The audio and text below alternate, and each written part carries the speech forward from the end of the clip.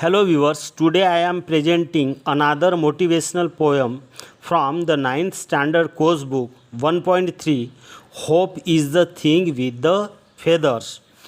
In this poem, the meaning of hope is desire and feather means the bird. Here, hope and birds are compared with each other, so it is the example of metaphor. Now, the reading of first stanza and then explanation in both Marathi and English.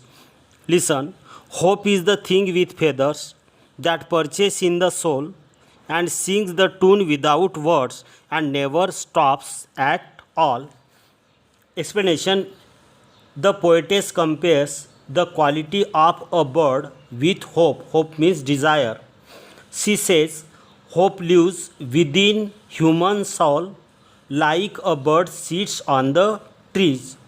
Hope also sings a song like bird and gives a warm feeling to human being as a bird gives to its young ones. Now in Marathi, कवयित्रींनी या कवितेत hope म्हणजे आशेची तुलना एका पंखरूपी पक्ष्यांसोबत करताना म्हणते की ज्याप्रमाणे पक्षी झाडावर आश्रय घेतो त्याचप्रमाणे आशासुद्धा मानवाच्या आत्म्यात म्हणजे हृदयात वास करते. ज्याप्रमाणे पक्षी शब्दरूपी गायन करतो आणि आपल्या पिल्लांना ऊब म्हणजे प्रेरणा देतो त्याचप्रमाणे होप म्हणजे आशासुद्धा मानवाला संकटामध्ये सामना करण्यासाठी प्रेरित करते. नाव the second stanza. And sweetest in the gale is heard and sure must be the storm that could abase the little bird that kept so many warm. In the second stanza of the poem, the poetess again says, whether there is a strong wind or a heavy rainfall means the critical situation, the hope keeps human beings strong and inspires to struggle with the frustration in the life.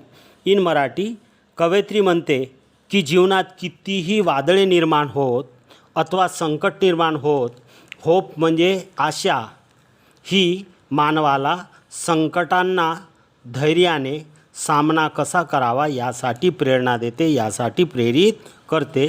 Now the reading of last stanza. I have heard it in the chillest land and on the strongest sea yet never in extremity it asks a crumb of me. Now the explanation of last stanza. In the last stanza of the poem, the poetess says that there might be many problems in the journey of human life, like beating cold or the irritated waves of the sea. Hope helps to achieve the goal without any cost. It does not want any food. It's just free of cost and inspires to human being how to keep alive in the life.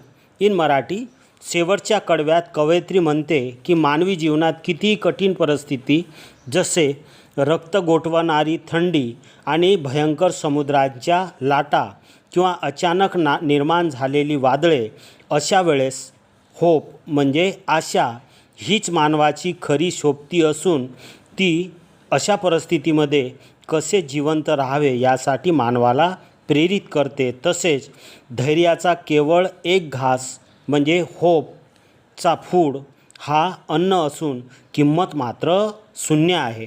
विद्यार्थ्यांनो, तुम्ही जेव्हा जेव्हा जीवनामध्ये खचून जाल तेव्हा ही कविता नक्की ऐका, तुम्हाला नक्कीच जीवनामध्ये प्रेरणा मिळेल. शेवटचं या कवितेचं रायमिंग स्कीम ऐका पुन्हा एक वेळेस. वेगवेगळे प्रत्येक स्टांजामध्ये, पहिल्या स्टांजामध्ये ABCB, दुसऱ्या स्टांजामध्ये AB आणि तिसऱ्या स्टांजामध्ये ABCB असे वेगवेगळे तिन्ही स्टांजामध्ये रायमिंग स्कीम आहेत. ठीक आहे.